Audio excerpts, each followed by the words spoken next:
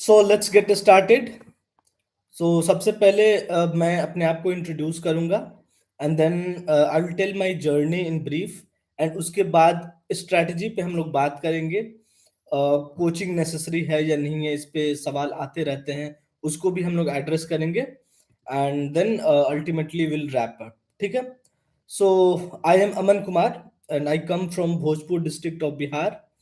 And what a journey it has been to be here, from just a Aman Kumar to a AIR 603 Aman Kumar. It has been a really momentous journey, but it was not a linear journey. I started with a normal person from a village, and then I went up to study in one of the prestigious IIT at Varanasi, and then uske baad I dived into this preparation. And I, like any other aspirant, मैंने सोचा कि okay हाँ, हम में वो काबिलियत है, हम करेंगे, but down the line it came to know कि नहीं, यूपीएससी है, इसका भौकाल जो होता है वो मानना पड़ेगा। But I somehow continued. So 2021 was my first attempt and I could not even clear prelims. 2022 में मेरा प्रीलिम्स क्लियर हुआ, but I miss the mains cut off by around 14 marks. And then 2023 तो फिर से वापस वो सांप सीढ़ी का खेल जो हम लोग बोलते हैं, तो वापस जीरो पे मैं आ गया, because I could not clear prelims.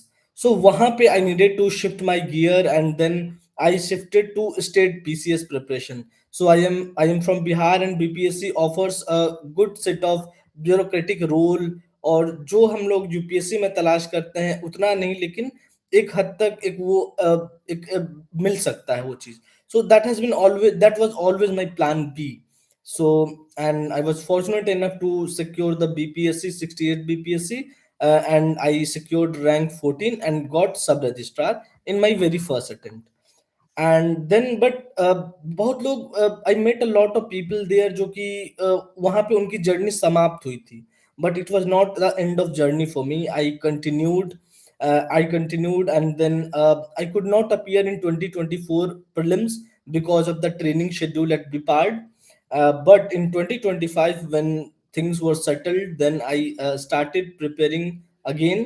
And जहां से मैंने 2023 में इसको स्टॉप किया था, मैंने वहीं से उसको रिज्यूम किया रादर देन रीस्टार्ट किया।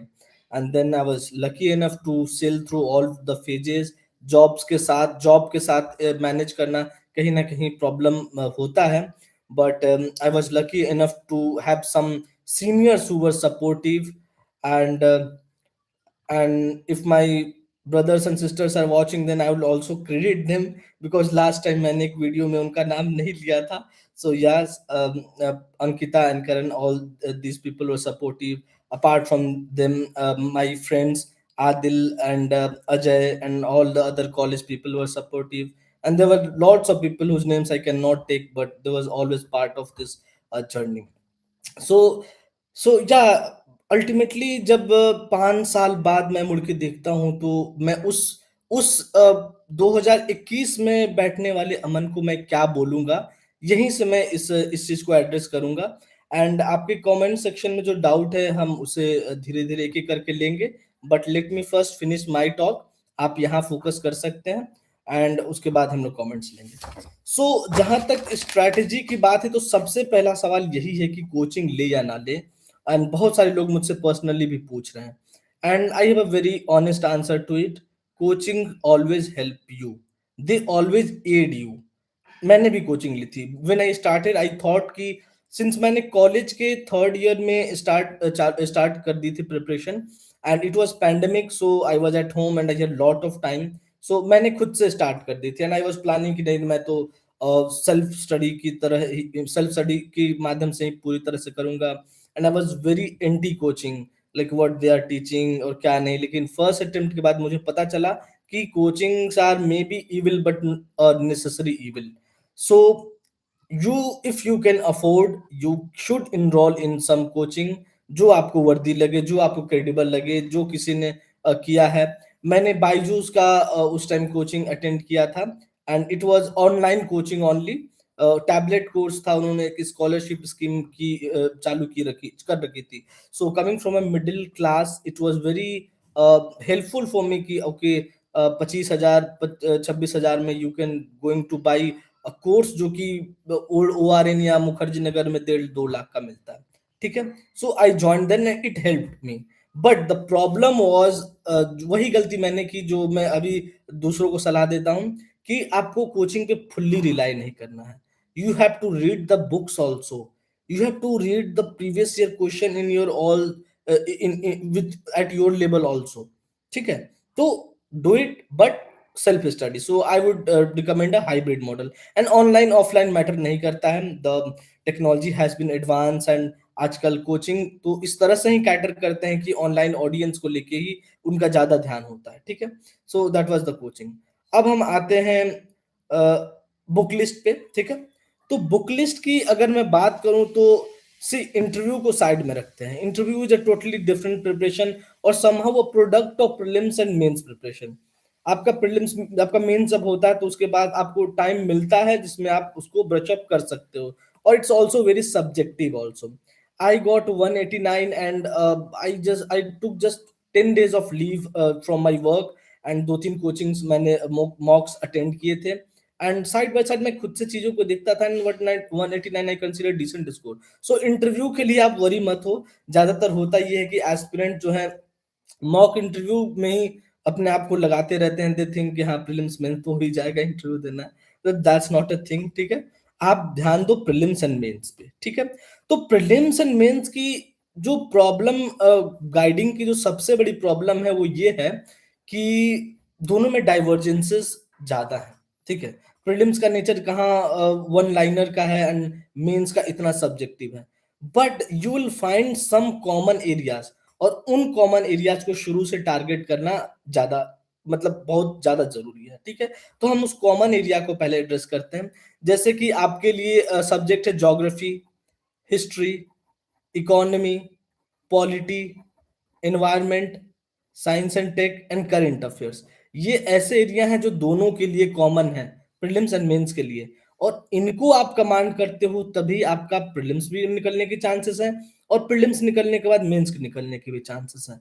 तो आप एक बात समझ लो कि जब भी आप अटेम्प्ट प्लान कर रहे हो कि मुझे ये अटेम्प्ट देना है, उसके 1.5 साल पहले आपने तैयारी स्टार्ट करनी है, ठीक है। अगर आप उसको रिड्यूस कर रहे हो तो then you are automatically pushing you to the next attempt, ठीक है। तो सपोज कि अभी हम मार्च में हैं, ठीक है। अगर कोई ये बोले कि 2027 वाला अटेम्प्ट वो देना चाहता है, ठीक है, तो इट विल बी डिफिकल्ट, वो कहीं ना कुछ प्रॉब्लम हो ही जाएगा। 28 का अगर आप बोलो तो हाँ ठीक है, दैट इज थोड़ा सा इजी। अगर 27 वाले लोग अगर दिसंबर से स्टार्ट किए हैं तब देन इट्स ओके। तो आप मान के चलो कि 1.5 साल आपको कम से कम लगाना पड़ेगा, तब भी श्योरिटी नहीं है। इसलिए आपको मेंटली प्रिपेयर होना है कि हम 2-3 3 साल तो आपके लगेंगे ही। अगर आप में अंदर ये परसिवरेंस नहीं है तो प्लीज लिव इट, फिर प्लान बी की तलाशी करोगे, ठीक है। And I was lucky enough कि मैं प्लान बी की तरफ जाने के बाद वापस यहाँ पे आया। Everyone is not that lucky. The such बताऊं सिलेक्शन हो गया है, but still I can not vouch for कि सिलेक्शन हो ही जाएगा या अगली बार मेरे को एग्जाम बैठा तो हो ही जाएगा, ठीक है। So it's a very subjective game, ठीक है। तो आपको वहां पे वो करना है। और जो सब्जेक्ट्स मैंने बताए हैं, सब्जेक्ट्स बुक लिस्ट की बहुत ज्यादा भरमार है। आई गॉट 603 रैंक, आपको रैंक 1 वाला, रैंक 10 वाला वो ज्यादा बेटर बताएगा, एंड आप उस पर ज्यादा कन्विक्शन करोगे। बट ज्योग्राफी की जहां तक बात है, एनसीईआरटीज आर वेरी वाइटल। खासकर 11th के 2 एनसीईआरटीज बुक आते हैं, fundamentals of geography and Indian physical environment, वो दोनों इंपॉर्टेंट है। उसके अलावा आप टॉपिकल इंक्रीज के लिए आप कुछ स्टैंडर्ड बुक रेफर कर सकते हो, बट दोज आर इंपॉर्टेंट, ठीक है। हिस्ट्री के लिए अगर बोलूं तो एंशियंट एंड मिडाइवल के लिए तमिलनाडु की ओल्ड बुक आती है, ठीक है। वो उससे बेस्ट अभी तक मुझे सिंप्लीफाइड बुक नहीं कोई दिखी है, लेकिन वो केवल एंशियंट मिडाइवल के लिए, ठीक है। मॉडर्न के लिए आप स्पेक्ट्रम को फॉलो कर सकते हो, ठीक है। मैंने विपिन चंद्रा फॉलो किया था, लेकिन थोड़े विपिन चंद्रा में थोड़े गैप्स थे, तो स्पेक्ट्रम यू कैन डू, ठीक है। And then art and culture के लिए नितिन संघानिया की बुक तो है, लेकिन बहुत सेलेक्टिवली। मतलब ऐसा है कि उसको 2-4 दिन में ही समाप्त कर देना है निकाल के, जो भी उसमें इंपॉर्टेंट है। आर्ट एंड कल्चर असल में क्या है, जो आप पढ़ते हो एंशिएंट मिडाइवल, उसी का जो कल्चरल वाला डायमेंशन है, वही आर्ट एंड कल्चर है, ठीक है, तो वहां से आपको वो करना है। ठीक है, ये हो गया हिस्ट्री वाली बात हो गई। इकोनॉमी के लिए अब रमेश सिंह कुछ लोग रेफर करते हैं, कुछ लोग विवेक सिंह की बुक रेफर करते हैं, आप कर सकते हो। ठीक है, लेकिन सबसे ज्यादा जरूरी है इकोनॉमी के लिए वो है डेली द हिंदू का न्यूज़पेपर पढ़ना, और उसमें जो इकोनॉमी के न्यूज आ रहे हैं उनको डिसाइफर करना। ठीक है, आरबीआई क्या कर रहा है, आरबीआई का क्या काम है, डोमेन क्या है, फाइनेंस मिनिस्ट्री का क्या डोमेन है, ठीक है, ये सब पता होना चाहिए। डब्ल्यूटीओ को लेके तो जब आप प्रीवियस ईयर क्वेश्चन को निकाल के न्यूज़पेपर से को डिसाइफर करोगे तब आपको आइडिया लगते रहेगा कि ओके यहाँ पे ये पार्ट इंपॉर्टेंट है। और जो अप्लाइड इकोनॉमिक्स के जो हम बात करते हैं वो आपको न्यूज़पेपर का करंट वाला पार्ट देगा।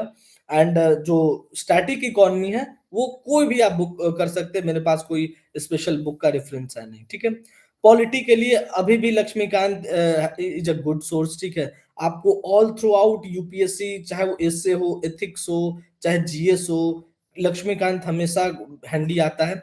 पॉलिटी में तो है सो है, वो करना ही है। ठीक है, उसके बाद आता है environment and science and tech. सही बताओ तो environment and science and tech के लिए मैंने आज तक कोई बुक फॉलो नहीं करी, एंड कहीं ना कहीं कॉन्फिडेंस का की कमी लगती थी कि अच्छा कहीं ना प्रॉब्लम तो नहीं होगा। But you see the question of prelims of science and tech and environment, वो एक बुक से बांधे नहीं जा सकते हैं। उसके लिए आपको वो एक गूगल वाला जो अप्रोच होता है ना कि सर्च करके समझना। तो मेरे जो प्राइम सोर्स थे वो थे पीवाईक्यूज। पीवाईक्यूज को मैंने बहुत अच्छे से किया, ऑप्शंस को बहुत अच्छे से रिसर्च किया। अगर वो देता था कि कौन सा क्रिटिकली इंडेंजर्ड एनिमल है, चार ऑप्शन, और उनमें से कोई एक ही होगा, तो बाकी तीनों का क्या स्टेटस है वो हमें पता होना चाहिए। अगर कोई एक्ट की बात उन्होंने मेंशन कर दी कि okay solid waste management rule ये बोलता है, और उसमें दो तीन कोई एक एस्पेक्ट पर सवाल पूछा, तो मैं उस वेस्ट मैनेजमेंट रूल को पूरी तरह से पढ़ूंगा। अब मेरे को करंट में बैटरी वेस्ट मैनेजमेंट रूल दिख रहा है, तो मैं उसको फिर गूगल करके पढ़ूंगा। ठीक है, तो यहाँ पे आपका अप्रोच जो है ना वो एक सर्च करने वाला होना चाहिए। ठीक है, एंड करंट के लिए जहां तक बात है, मैं आज तक जो विजन या कोई भी मंथली मैगजीन है उसको कंसिस्टेंटली फॉलो नहीं कर पाया। मे बी दैट्स व्हाई मुझे ज्यादा समय लगे या फिर जो भी हो। लेकिन जो मेरे लिए रामबाण था करंट में वो था डेली न्यूज रीडिंग।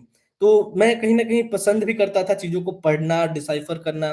तो मेरे लिए आधा एक घंटे का जो है वो काम बहुत अच्छे से होता था कि सुबह उठ गए, ठीक है, चाय पीते पीते निकाल लिया। और सारे न्यूज़पेपर तो पढ़ने नहीं है, आपको फ्रंट वाली चीज पढ़नी है, वर्ल्ड वाली पढ़नी है, इकोनॉमी सेक्शन पढ़नी है, और एडिटोरियल में एक दो एडिटोरियल पढ़ना है। ठीक है, and I was switching between Indian express और द हिंदू, मतलब बीच में अपने मन के ऊपर रहता था कि अब द हिंदू को ज्यादा मुझे लेफ्टिस्ट लग रहा है, थोड़ा सा राइटिस्ट एक्सपोजर चाहिए, तो मैं इंडियन एक्सप्रेस पे आ जाता था। ठीक है, all the Indian express is a centrist, not rightist, not very much rightist. ठीक है, एंड देन फिर जब उधर से ज्यादा हो रहा था तो फिर मैं हिंदू पे आ जाता था। So you can switch it up, it's your preparation, you can customise it yourself.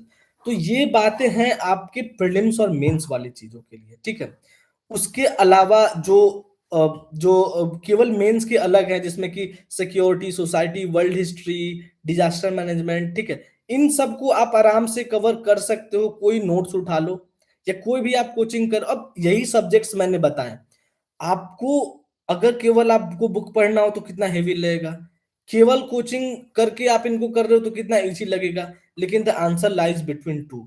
आपको अब कोचिंग करो, इनकी चीजों को करो, लेकिन बुक को कहीं ना कहीं रेफर करते रहो, क्लास के रनिंग नोट्स बनाते रहो, वहां से चीजें डील होती जाएंगी। ठीक है, एंड उसके अलावा जो मैंने मेंस के लिए जो फ्रिंज टॉपिक्स, फ्रिंज सब्जेक्ट्स जिनको मैं बोलता था, सिक्योरिटी, सोसाइटी, उनका कहीं ना कहीं कोचिंग नोट्स जो भी है ना वो आपको अच्छे से हेल्प कर देगा। ठीक है, उसके अलावा दो तीन सब्जेक्ट्स और बचते हुए, एथिक्स, एसे एंड ऑप्शनल। तो पहले ऑप्शनल की बात करते हैं। सी ऑप्शनल, ऑप्शनल को लेके बहुत सारी चीजें हैं कि क्या ले क्या नहीं ले। जो मेरे को गोल्डन रूल लगता है वो ये लगता है कि जो यूपीएससी ने ऑप्शनल रिकमेंड कर रखे हैं, आप उस लिस्ट पे एक बार गो थ्रू हो, और जो आपको लग रहा है, गट फीलिंग आ रही है कि ओके ये ठीक लग रहा है, पहले उसको शॉर्ट लिस्ट करो। ठीक है, उनको शॉर्ट लिस्ट करने के बाद उनके सिलेबस को देखो और उनके प्रीवियस ईयर क्वेश्चन को देखो। इतना करते करते फिल्टर आउट होते होते आपके पास दो तीन सब्जेक्ट्स बचेंगे। ठीक है, अगर आप तब भी कंफ्यूज हो तो आप क्या कर सकते हो कि थोड़ा-सा उस सब्जेक्ट को पढ़ के खुद से लिखने की प्रैक्टिस कर सकते हो, ठीक है? और लास्टली आपको आपका ऑप्शनल मिल जाएगा, ठीक है? अगर आपका ऑनर्स ही आपका ऑप्शनल है तो वेरी वेल एंड गुड। अगर आपका इंटरेस्ट आपका ऑप्शनल है तो वेरी वेल एंड गुड। तो मेरा ऑप्शनल पीएसआईआर था एंड ऑनेस्टली मतलब मैंने इतना थॉट नहीं दिया था। आई जस्ट सॉ कि ओके इसमें इंटरनेशनल रिलेशंस पढ़ना है जो कि काफ़ी एक्साइटिंग है।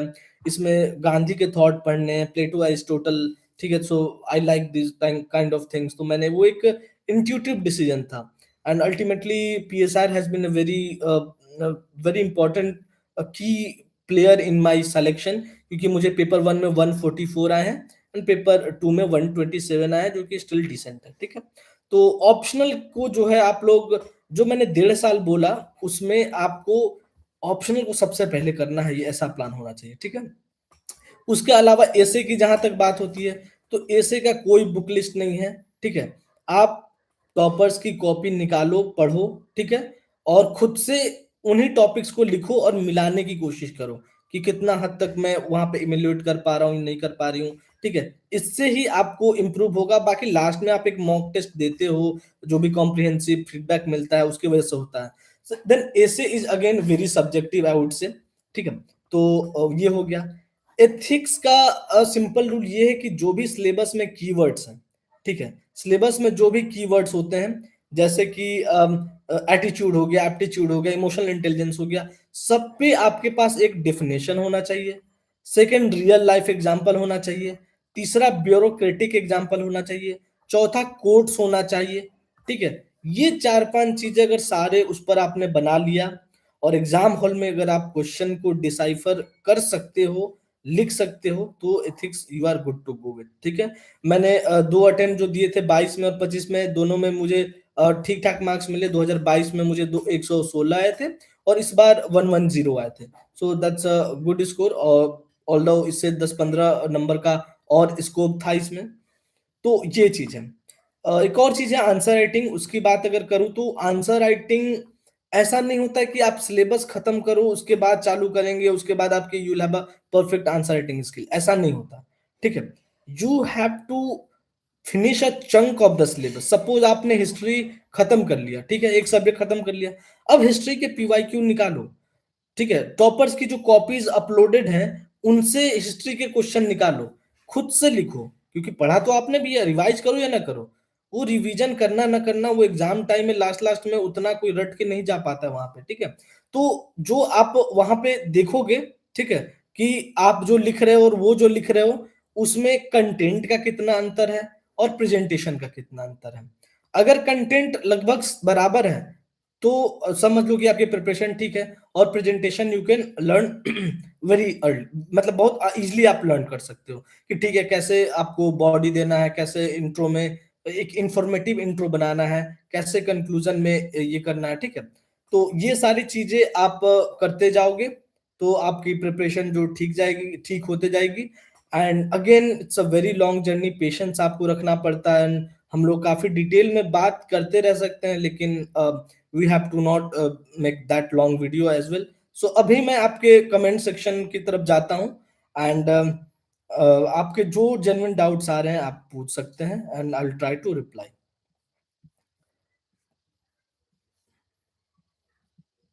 आपकी प्रीलिम्स की स्ट्रेटजी कैसी रहती थी? सी, प्रीलिम्स के लिए, प्रीलिम्स का जब भी दिन है उसके 2-2.5 महीने पहले एक्सक्यूज मी, हाँ, सो प्रीलिम्स के 2-2.5 महीने पहले पूरी तरह आपको प्रीलिम्स मोड में आना है। आपको कोई मॉक टेस्ट में एक इनरोल करना है। आपको विजन की मंथली या फिर पीटी 365 होती है, वो पढ़नी स्टार्ट करनी है एंड पीवाईक्यू पे ज्यादा से ज्यादा समय करना है।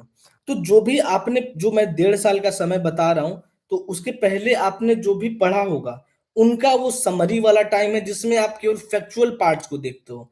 अगर आप प्रेसिडेंट पढ़ रहे हो तो आप उस समय ये नहीं पढ़ते हो कि प्रेसिडेंट के पोस्ट के साथ क्या क्या इश्यूज हैं। आप ये पढ़ते हो कि इसको क्या क्या पावर है, क्या क्या डिप्लोमेटिक इम्यूनिटी है, इसका इलेक्शन कैसे होता है। तो उसी तरह जो है, आप एक समरी वाले मोड में आ जाते हो। तो 2.5 महीने मैं यूजुअली देता था इसको और उसको करता था। मोटिवेशन कहाँ से मिला? सी, मोटिवेशन की बात करें तो I come from a very humble background, small town, middle class family, and and we have seen that कि कैसे if you get a authoritative position, how you can easily change life of yourself and the people जो कि आसपास हैं. So that was the initial motivation. And then उसके बाद जैसे जैसे ब्यूरोक्रेसी के बारे में पढ़ते गया तैयारी के टाइम, उसके बाद लगा कि okay that's how India works, how जो हम बोलते हैं कि स्टील फ्रेम ऑफ इंडिया है ब्यूरोक्रेसी, वो कैसे है. देन आप एक अपने वर्क के तहत जो पॉलिसी मेकिंग हो या इम्प्लीमेंटेशन हो, उसमें योगदान देना चाहते हैं. तो ये धीरे धीरे इंटरेस्ट बनते गया और इसको हमने आगे किया. ठीक है. ठीक है, आगे कॉलेज का यूपीएससी वर्थ इतने मेहनत के हिसाब से. कॉलेज देखिए, कॉलेज के अब मैं I am not able to understand what exactly you are asking, but अगर आप ये पूछ रहे हो कि कॉलेज के टाइम से स्टार्ट करना वर्थ इट है कि नहीं, सो सी कॉलेज, आई सिंसियरली बिलीव कि आपको कॉलेज लाइफ का को भी एंजॉय करना है. जो वर्ल्डली एक्सपोजर होते हैं वो मैटर करते हैं. आप दो लोगों के साथ बैठते हो, बात करते हो, कुछ प्रेजेंटेशन देते हो, तो ही आपको दुनिया का पता चलता है. तो जो मान लीजिए कि आपका 3 या 4 साल का कॉलेज है, तो जो फर्स्ट हाफ है वहां तक तो आप एटलीस्ट कॉलेज में अच्छे से रहो, उसके अफेयर्स में रहो, जो भी उसके क्लब्स या इस टाइप से कम्युनिटीज होती हैं उनके पार्ट बनो. बट लास्ट ईयर आते आते you can be serious about it and you can go about it. ठीक है.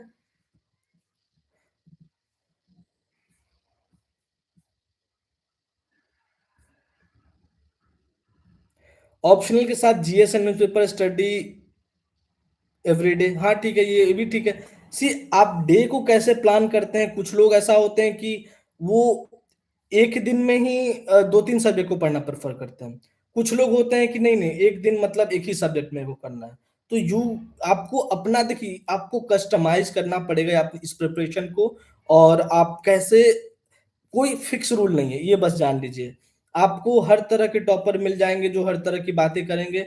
सो गो अबाउट इट, जिसमें आपकी इफिशिएंसी सबसे मैक्सिमम हो रही है उस चीज पे ध्यान दो आप. ठीक है. इकोनॉमिक्स का तो मैं बता चुका हूँ. फर्स्ट रीडिंग और सेकंड रीडिंग में कितना गैप होना चाहिए, पूरा बुक रीडिंग करते करते करके सेकंड रीडिंग करना चाहिए या chapter wise. See I believe कि एक बार आप फर्स्ट रीडिंग पूरी करो. जैसे नोवेल को हम लोग पढ़ते हैं ना, कि इतना पूरा डीप नहीं जाते हैं, उसी तरह एक बार आप पूरा एक बार पढ़ लो, इंटरेस्ट लो. If it's a book of any book, then अच्छा क्या है, किस बारे में है, हिस्ट्री है तो कैसे क्या बोल रहा है, पहले रीडिंग तो वैसे करो. सेकेंड रीडिंग से आप अंडरलाइन करना चालू कर दो उसको. ठीक है, अंडरलाइन करो, माइंड मैप्स बनाना चालू करो. और सेकेंड या थर्ड, डिपेंडिंग ऑन योर, कि अगर आप कंफर्टेबल हो गए हो तो आप नोट्स बनाना चालू करो. नोट्स नोट्स बहुत कंसाइज बनाओ. ठीक है. डायग्राम्स का यूज करो. जैसे आप जैसे आंसर लिखते हो और जैसे नोट्स बनाते हो, उनमें एक सिनोनिमिटी होनी चाहिए, ताकि आपको एग्जाम में प्रोड्यूस करने में भी ज्यादा प्रॉब्लम नहीं हो. ठीक है. इंडियन इकोनॉमिक्स के लिए बेसिक सोर्सेज क्या, कौन सा पढ़े. विवेक सिंह की बुक आप फॉलो कर सकते हैं, या फिर टीचर आप जो भी कोई भी कोर्स ले रहे हैं उनको आप कर सकते हैं. 6 रिवीजन काफी है क्या, मेरे अनुभव से 78 आ रहे हैं, हो जाएगा क्या प्रीलिम्स. सी 6 रिवीजन तो मैंने भी किसी सब्जेक्ट के नहीं किए, टू बी ऑनेस्ट. ठीक है. बात है कि आप माइंड में कितना रिटेन करते हो, आपकी कैपेसिटी कितनी है. किसी किसी के लिए 2 से 3 बार में ही वो रिटेन हो जा रहा है, किसी किसी को 10 बार भी लग रहा है. तो it all depends on your mental calibre. ठीक है. और सी मॉक टेस्ट में आपके क्या नंबर आ रहे हैं उससे रियल का कोई कनेक्शन नहीं है. आई नो जिनके मॉक में 50 तक भी आ रहे हैं लेकिन उन्होंने रियल क्लियर कर दिया. और इस बार के अटेम्प्ट की बात कर रहा हूँ 2025 की, मैंने एक भी प्रीलिम्स के मॉक नहीं दिए थे. ठीक है. और 2023 की बात करूं जहां पे मैं नहीं हुआ था, उसमें मैंने 10-15 दिए थे. तो वहां पे नहीं हुआ, यहाँ हो गया. सो ये उससे कोई वो नहीं है. Mock is a important thing. आप कैसे एग्जाम में प्लान करोगे ये आपको सिखाता है. ठीक है. कुछ इंपॉर्टेंट फैक्ट्स का रिवीजन करा देता है. But is this these are just means, not an end. ठीक है. सर पीएसआर ऑप्शनल कब ज्वाइन करें, टेस्ट सीरीज. सी मैंने तो पीएसआर के लिए शुभ्रा मैम का टेस्ट सीरीज ज्वाइन किया था. मैंने कोई क्लासेस नहीं लिए पीएसआर के लिए. पीएसआर के लिए मैंने जो मैम के नोट्स जो मिलते हैं, कॉरेस्पॉन्डेंस नोट्स, उनको बाय किया था. और उनको बहुत अच्छे से उनको पढ़ पढ़ के शॉर्ट नोट्स बना लिया था. जब मेरा मेंस का टाइम आता था, चाहे 22 वाला हो, चाहे 25 वाला हो, तब मैं जो उनका मैम का आता है कि टेस्ट सीरीज कम क्रैश कोर्स, उसको ज्वाइन करता था। टेस्ट को फुल्ली यूटिलाइज करता था, क्रैश कोर्स थोड़ा सा ओवर द टॉप हो जाता था उस टाइम, से पूरा नहीं कर पाता। So you can use the notes of that only. IAS के भी नोट्स अच्छे हैं, उनके टेस्ट भी अच्छे हैं, आप वो भी कर सकते हैं। How many months do you take to complete GS subject syllabus? GS को कहीं ना कहीं आपको 5 से 6 महीने के अंदर ही करना है, ठीक है। आप इसको बढ़ा भी सकते हो, मतलब पढ़ने लगो तो 1 साल में भी खत्म ना हो, लेकिन कम से कम 5-6 महीने का आप गोल रखो। जो 5 मेजर सब्जेक्ट्स हैं, ठीक है, तो 20-20 दिन या 25-25 दिन ऐसे करके करो, फिर जो छोटे छोटे सब्जेक्ट्स हैं उनको करो। तो आपको ये करना पड़ेगा, ठीक है, आपको टाइम के अनुसार उसको वो करना पड़ेगा। सर ऑप्शन में 2 एलिमिनेशन करने के बाद 2 में कंफ्यूजन होता है। सर ये होता है, कंफ्यूजन होता है, और हमें कैलकुलेटेड रिस्क लेना पड़ेगा, क्योंकि प्रीलिम्स ऐसा एग्जाम हो गया, अगर आप रिस्क ना लो, अगर ऐसा हो नहीं सकता कि आप 80 सवाल अटेम्प्ट करो और उसमें आपके 55-60 सही हो जाए और आपका सिलेक्शन हो जाए, ऐसा नहीं होगा। आपको 10 से 12 क्वेश्चन ऐसे होंगे जो रिस्क लेना पड़ेगा, ठीक है। अब वो कंफ्यूजन को ठीक करने के लिए कई बार होता है कि फर्स्ट राउंड में जो है ना, माइंड हमारा एक्टिवेट नहीं हो पाता है, तो आप उसको सेकेंड आइट्रेशन के लिए छोड़ो, ठीक है। थोड़ा गट फीलिंग का यूज करो, बाकी थोड़ा तो रिस्की है। इंटरव्यू एक्सपीरियंस कैसा था? इंटरव्यू एक्सपीरियंस मेरा बिल्कुल काफ़ी यूनिक एंड मेमोरेबल था। ऑल्दो मैंने इंग्लिश मीडियम मेंशन कर रखा था, बट मुझसे हिंदी में सवाल पूछे गए, एंड सुजाता चतुर्वेदी मैम का बोर्ड था, और अ, मुझसे फूड सिक्योरिटी पे सवाल पूछा गया, स्पोर्ट्स पे सवाल पूछा गया। सिंस मैं बिहार से हूँ, तो एक दीदारगंज की यक्षिणी की मूर्ति रखी हुई थी कमरे में, तो उसके बारे में पूछा गया। और लास्ट बहुत कुछ पूछा गया, मैं जवाब दे रहा था, लेकिन लास्ट में पूछा गया वो किस चीज का बना है। देन आई गॉट कंफ्यूज और मैंने ब्रॉन्ज बोल दिया, तो वो मेरे को हॉन्ट करते रहा कि कहीं इस वजह से खराब ना हो। But ultimately I got 189, so that was good overall.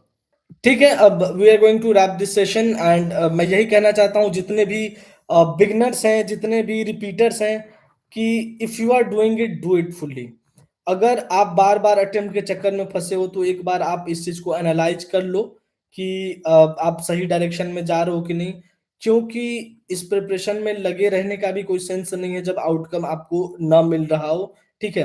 मेरी जर्नी ने एक टेम्पलेट जरूर एक सिखाया है मुझ जैसे मिडिल क्लास वाले के लिए, कि आप शुरू के 2-3 अटेम्प्ट जी जान से दे सकते हो, ठीक है।